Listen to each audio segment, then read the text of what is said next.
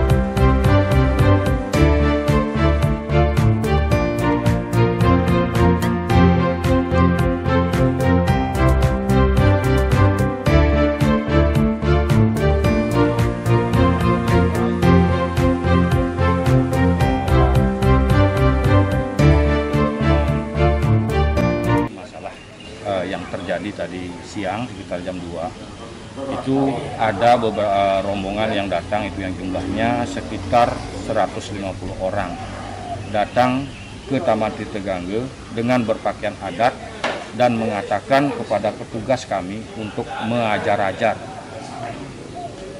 Nah, kemudian dari petugas itu dijelaskan bahwa untuk kerama Hindu yang datang atau mau masuk ke Taman Tetegangge untuk melakukan upacara mengajar-ajar atau motif teater lainnya, itu ada suatu aturan yang harus atau kerama Bali, kerama Hindu yang akan melakukan persembahyangan atau pelunasan di tempat kesucian di air kelebutan itu, kami tidak pernah yang namanya melarang umat Hindu masuk untuk melakukan persembahyangan atau pelunasan di sana. Kami selalu welcome, kami selalu mempersilahkan, asal mereka semua mengikuti tata tertib yang dibuat.